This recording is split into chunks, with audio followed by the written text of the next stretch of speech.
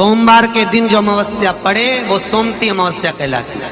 क्या करना पड़ता है उस दिन? कितना भी दुख विपदा कष्ट सम्मुख में खड़ा हुआ हो, कितना भी दुख, पूंजी धन की अगर आपको कमी पड़ रही है और ऐसा लग रहा है कि मेरे पास में कुछ भी नहीं, हम तो यहां तक कहेंगे कोई मकान बना रहे हो, बेटी का विवाह कर रहे हो, बेटे का विवाह कर रहे हो, कोई अच्छा कार्य कर रहे हो, धन संपदा की भी कमती दिखे तो उस समय पर कांता भगवान का स्मरण कर, कांता चक्र का स्मरण कर, शिव और नारायण का नाम लेकर एक बेलपत्र, एक शमी पत्र, एक श्वेत पुष्प, एक लाल पुष्प दोनों हाथ में लेकर भगवान शंकर के अशोक सुंदरी के स्थान पर अगर समर्पित करा जाए तो संपदा की भी कमी नहीं आती। वो कांता चक्र है जो नारायण।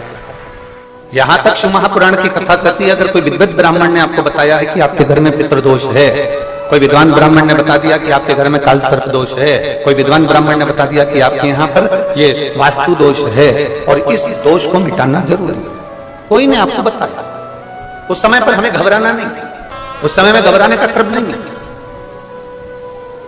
कहते हैं पीपल का जो जल झड़ता है पीपल के वृक्ष से, आप लोगों ने कभी देखा है कि नहीं देखा, वो हमको नहीं मालूम। कितना भी अगर कोई वास्तु दोष बता दिया, पितृदोष बता दिया, काल सर्प दोष बता दिया, कितना भी अगर कोई दोष बता दे, तो पीपल का जो जल वृक्ष में से झड़ता है, कभी कभी आप उसके नीचे हाथ रखकर देखना, थाली रखकर देखना, उसमें पत्थर पर देखना, तो वहां पर भी पानी के निशान आपको मिलेंगे, बूंद के निशान। मात्र उस पीपल के वृक्ष के जल की एक बिंदी, एकमात्र बिंदी, शंकर भगवान का जो शिवलिंग है जलाधारी है, चरण है, गणेश कार्तिक का स्थान है, अशोक सुंदरी का स्थान है, और प्रत्येक जलाधारी में से पानी बीच में से आकर नीचे की ओर गिरता, नीचे की ओर गिरता। आप लोगों के स्मरण में हमने पहले भी बताया कि राइट में किसका स्थान है? गणेश जी का, लेफ्ट में कार्तिक के, बीच में अशोक सुंदरी। ये क्या है? पार्वती जी का हस्त कमल शिवलिंग, और ऊपर से जो जल एक एक बूंद शंकर जी के शिवलिंग पर गिर रहा है वो शंकर जी की 5 लड़कियां जया, विषहरा, शामलीवारी, दौतली और देव, शंकर जी की 5 लड़कियों एक एक बूंद पानी शिव जी पर गिरा। जहां जल नीचे गिरता है उस स्थान से जहां तक जल बहकर जा रहा है उस स्थान तक 33 कोटि देवताओं का स्थान, 33 कोटि देवताओं का स्थान।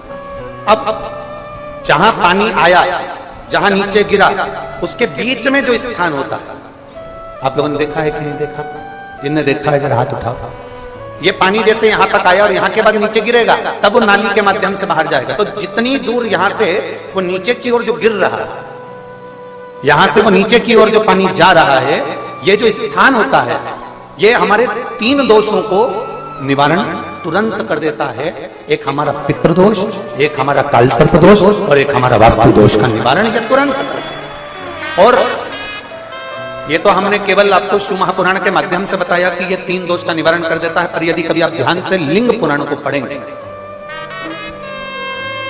आप यदि लिंग पुराण को पढ़ेंगे और गीता प्रेस गोरखपुर की लिंग पुराण को लाकर यदि आप पढ़ते हैं, या गीता प्रेस गोरखपुर की शिव अंक को भी आप अगर पढ़ेंगे,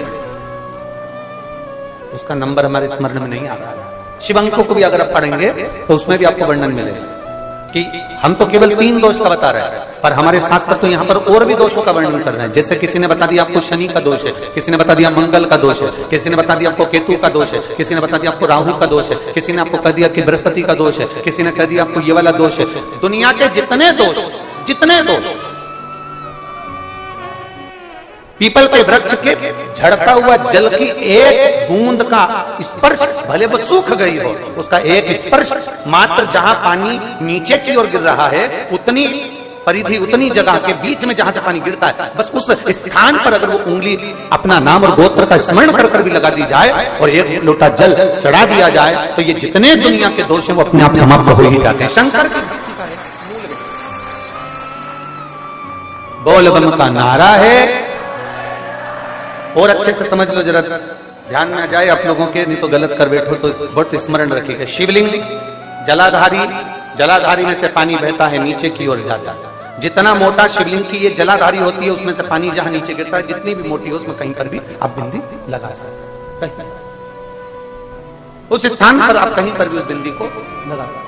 कोई कह दे तुमको कि तुम्हारा मंगल गड़बड़ है, कोई कह दे तुमको तुम्हारा राहु गड़बड़ है, कोई कह दे तुमको तुम्हारा केतु गड़बड़ है, कोई तुमसे कह दे तुम्हारा बृहस्पति गड़बड़ है, तो समझ लेना कि हमारे ग्रह की दशा को सुधारने के लिए ये जो स्थान है, बस उस स्थान पर एक बिंदु एक। अब आज के जमाने में आपने देखा होगा, जब से आप शंकर जी को जल चढ़ाना प्रारंभ करें, जब से आपने शिव महापुराण की कथा सुनना प्रारंभ करी, तब से आपने सुना होगा कि कोई भी अब ज्यादा आपको सुनने को नहीं मिलता कि वास्तु दोष हो गया, कि पितृदोष हो गया, कि कालसर्प दोष हो गया। इसके पहले का जो समय था, उस समय किसी को भी पत्रिका दिखाओ, किसी के पास भी जाओ, वास्तु दोष, कालसर्प दोष, पितृदोष, ये सारे दोष चलते रहते थे। पर तुमने जो एक लोटा जल शंकर भगवान को समर्पित करा, तुम्हारा चढ़ा हुआ जल उसी स्थान से नीचे गिर रहा है जहां हमने बिंदी लगाने का बताया, वहां से नीचे गिर रहा है, तो तुम्हारा दोष जल चढ़ाते चढ़ाते अपने आप दोष समाप्त होता चलेगा। सारी समस्या का हल एक लोटा। आपके घर में पितृदोष है, आपको ऐसा महसूस होता है, आपको लगता है, तो किसी भी नवरात्रि के पहले जो अमावस्या पड़ती है, मान लो अपन अमावस्या पड़ी, आप अंदाजा लगाइए, तो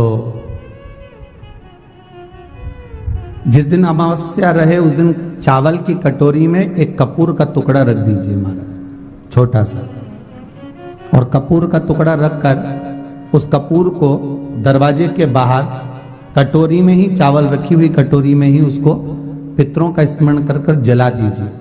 और जलाने के बाद उस चावल को कहीं भी किसी भी वृक्ष की छांव में पक्षियों के लिए डाल दीजिए। शिव महापुराण की कथा कहती है, अगर मान लो पितृ आपको कष्ट दे रहे हैं, पितृ आपको तकलीफ दे रहे हैं, कोई काम नहीं होने दे रहे हैं, या कहीं आपको ऐसा लगता है कि पितरों का दोष है, तो वो पितृ दोष देवी, अब ये जो आप करेंगे ये कब कर रहे हैं? अमावस्या के दिन आप उसको रख रहे हैं, अमावस्या के दिन उसको रखकर रात भर आपने रखा कपूर के साथ में, सुबह एकम पड़ गई, नवरात्रि लग गई, उसी दिन उसको जलाकर आपने पटक दिया। अर्थात उससे देवी और पितृ इन दोनों का आशीर्वाद जो प्राप्त होता है, तो घर में से पितृदोष समाप्त होकर लक्ष्मी की वृद्धि प्रारंभ हो जाती है, कार्य में सिद्धता आ जाती है। मान लो अगर पितृदोष है तो करो, नहीं है बड़े अलमस्ती से रहो, तो ये पितृदोष का स्मरण। तो यहाँ शास्त्र कह रहा है कि पितरों का जो लोक होता है, पितर जो लोक होता है, उस पितृलोक में 64 योगिनियां प्रवेश नहीं करती। जैसे सोमती अमावस्या, कौन सी अमावस्या? सोमती अमावस्या। सोमवार के दिन जो अमावस्या पड़े वो सोमती अमावस्या कहलाती है। क्या करना पड़ता है उस दिन? पीपल के पेड़ की परिक्रमा करो, या तुलसी की परिक्रमा करो, या पूजन करो, पाठ करो, कुछ भी करो, पर सोमती के दिन दान करो, पुण्य करो, सत्कर्म करो, भजन करो। तो सोमती अमावस्या का विधान इतना शास्त्र क्यों कहता है कि सारी अमावस्याओं में प्रबल सोमती अमावस्या है? शनिचरी अमावस्या से भी बड़ी अमावस्या सोमती कहलाती है हमारा। तो कहा उस दिन सारे जितने भी ग्रह हैं, जितने भी ग्रह, सारे ग्रह चंद्रदेव के साथ मिलकर भगवान शंकर की आराधना में डूबते हैं, और भगवान शंकर की आराधना में डूबते हैं तो उस दिन जो किया हुआ दान पुण्य सत्कर्म है वो हमारे, आप लोगों को मालूम होगा, पितरों की 3 गतियां, पितर, आहुत, वासुक। कितने? 3। गर्भ में जो चले गया आहुत है, कुमारी अवस्था में गया जिसकी शादी नहीं हुई, आहुत। पितर अधोगति में अचानक बहुत सारी तमन्ना थी, बहुत कुछ करना चाहता था और अचानक चले गया, मर गया, पितर गिनती में। वासुक जो एक्सीडेंट आदि, खांसी, सुसाइड, वासुक। 3 शास्त्र कहता है सोमती अमावस्या के दिन ये तीनों आहुत, पितर, वासुक, जहां पर घर की कुल की माता पीपल की परिक्रमा करती है, या तुलसी की परिक्रमा करती है, या पूजन करती है, या दान करती है सोमती अमावस्या के दिन, तो ये तीनों को उसका भाग प्राप्त हो जाता है, तीनों तर जाते हैं। फिर उनको पिंड की जरूरत नहीं पड़ती महाराज, उनको तर्पण की जरूरत नहीं पड़ती। इसलिए सोमती अमावस्या का क्रम हमारे हिंदू धर्म में ज्यादा वर्णित किया। एक बेल का फल लीजिए। क्या लेना है? बेल का फल, बेलपत्री का जो फल होता है उसको ले लो, उसके अंदर का जो गुर्दा होता है, अंदर का जो भाग होता है, उसको निकाल लीजिए और उस बेल के फल में आटा सेक कर उसमें शक्कर मिलाकर उसको के अंदर भर लीजिए। अमावस्या के दिन सुबह 10 बजे से पहले उस बेल फल में जिसमें तुमने पंजेरी भरी है, आटा सेक कर भरा है शक्कर के साथ में, उसको अपने घर में घुमाने के बाद में जिसको कालसर्प दोष बताया है, पितृदोष बताया है या वास्तु दोष का स्मरण बताया है, घर में सब दूर घुमाकर अपने परिवार का हाथ का स्पर्श कराकर पीपल के पेड़ के नीचे तक खड्डा खोदकर उस बेलपत्र के उस फल को दाब दीजिए। महाराज केवल एक अमावस्या करना रहता है, पितरों के दोष से मुक्ति मिलती है और हमारे घर के कार्य सफल होना प्रारंभ हो जाते हैं। कार्य की सफलता होती है, कार्य में सफलता प्राप्त होने लगती है। हम तो कई बार कहते हैं महाराज जी, अगर ऐसा लगे किसी औषधि को आप ले रहे हैं, मालूम पड़े कि औषधि आपको लग नहीं रही है, शिव महापुराण की कथा करेंगे, मान लो औषधि आपको नहीं लग रही, आपने औषधि बहुत दिनों से ले रहे हो, कोई दवाई, मान लो आप किसी भी दवाई को ग्रहण कर रहे हैं और वो औषधि लगी नहीं रही है, वो शरीर को लगी नहीं पा रही और आप ठीक ही नहीं हो पा रहे, 15 दिन हो गए, 8 दिन हो गए, बताओ उतना की उतना ही कैटरीना है, उतना ही उतना अपना भरा हुआ, वही की वही लीवर, वही की वही किडनी, वही की वही स्मरण, सभी कुछ वही वही है, उतना की उतना ही। बीपी भी ऊंचा नीचा चल रहा है पर लेवल में नहीं आ रहा, शुगर भी लेवल में नहीं आ रही, तो प्रयास करा करो महाराज, बेलपत्री के फल का जो गुर्दा है, अंदर का जो भाग है फल का, उसको पानी में गला लीजिए और प्रदोष कम से कम प्रदोष नहीं हो और बीमारी जरा दवाई लगी नहीं रही हो तो बिना प्रदोष के भी कर सकते हो, उसको पानी में गलाइए, आधा घंटा पानी में, जैसे आपको सुबह मंदिर जाना है 10 बजे, तो सुबह स्नान कर कम से कम 6:30-7 बजे उसको पानी में गला दीजिए और उस बेले के फल का गुर्दा सा गला हुआ पानी शिव जी को ले जाकर समर्पित कर दीजिए। महाराज उस पानी में से थोड़ा सा 1 चम्मच पानी शिव जी पे चढ़ा हुआ लेकर आ जाइए। उस पानी को जो बीमार व्यक्ति है उसको औषधि देने से पहले मात्र आधी चम्मच से भी आधा चम्मच उसको दे दीजिए। भगवान शंकर का श्री शिवाय नमस्तुभ्यं का जाप कर उस पानी को देने के बाद अगर आप औषधि देंगे तो ये पक्का है कि औषधि अपना कार्य करना प्रारंभ कर देगी और वो स्वस्थ होना प्रारंभ हो जाएगी। क्या करना पड़ता है उस दिन? पीपल के पेड़ की परिक्रमा करो या तुलसी की परिक्रमा करो या पूजन करो, पाठ करो, कुछ भी करो, पर सोमती के दिन दान करो, पुण्य करो, सत्कर्म करो, भजन करो। तो सोमती अमावस्या का विधान इतना शास्त्र क्यों कहता है कि सारी अमावस्याओं में प्रबल सोमती अमावस्या, शनिचरी अमावस्या से भी बड़ी अमावस्या सोमती कहलाती है। हमारा जितने भी ग्रह, सारे ग्रह चंद्रदेव के साथ मिलकर भगवान शंकर की आराधना में डूबते हैं और भगवान शंकर की आराधना में डूबते हैं तो उस दिन जो किया हुआ दान पुण्य सत्कर्म है वो हमारे, आप लोगों को मालूम होगा, पितरों की 3 गतियां, पितर, आहुत, वासुक, कितने? 3। गर्भ में जो चले गया आहुत है, कुंवारी अवस्था में गया जिसकी शादी नहीं हुई, आहुत। पितर अधोगति में अचानक बहुत सारी तमन्ना थी, बहुत कुछ करना चाहता था और अचानक चले गया, मर गया, पितर गिनती है। जो एक्सीडेंट आदि, खांसी, सुसाइड, बस 3। शास्त्र कहता है सोमती अमावस्या के दिन ये तीनों आहुत, पितर, वासुक, जहां पर घर की कुल की माता पीपल की परिक्रमा करती है या तुलसी की परिक्रमा करती है या पूजन करती है या दान करती है सोमती अमावस्या के दिन, तो ये तीनों को उसका भाग प्राप्त हो जाता है और तीनों तर जाते हैं। फिर उनको पिंड की जरूरत नहीं पड़ती महाराज, उनको तर्पण की जरूरत नहीं पड़ती। इसलिए सोमती अमावस्या का क्रम हमारे हिंदू धर्म में ज्यादा बढ़ विश्वास कहता है अमावस्या के दिन और श्राद्ध पक्ष की अमावस्या के दिन जो नदी, तालाब, बावड़ी, कुआं किसी भी एक जगह पर अपने पूर्वजों का नाम लेकर शाम के समय पर दिया लगाएगा, ये मेरा विश्वास कहता है उसके लिए कुबेर भंडारी भंडार जरूर बनेगा, पितृ भंडार जरूर बनेंगे, ये निश्चित। इस पीपल के वृक्ष के नीचे जो शनिवार को दिया लगाएगा वो लक्ष्मी और नारायण को अपने घर ले जाएगा। इसलिए शनिवार के दिन पीपल के वृक्ष के नीचे दिया का प्रमाण है महाराज। और सुन दरिद्रता देवी, तेरे पेड़ के नीचे जो खाली हाथ आएगा तू उसके घर में प्रवेश करेगी और जो भरे हाथ से मतलब पानी का लोटा ले जाओ, कंकु ले जाओ, चावल ले जाओ, रोली ले जाओ, कुछ भी, जरा सी शक्कर ले जाओ, गुड़ ले जाओ, आटा ले जाओ, पर पीपल के पेड़ के नीचे कभी खाली हाथ मत जाओ। अगर तू खाली हाथ कोई आया तो तू उसके घर में प्रवेश कर। बड़ का पेड़ पितरों का प्रतीक होता है,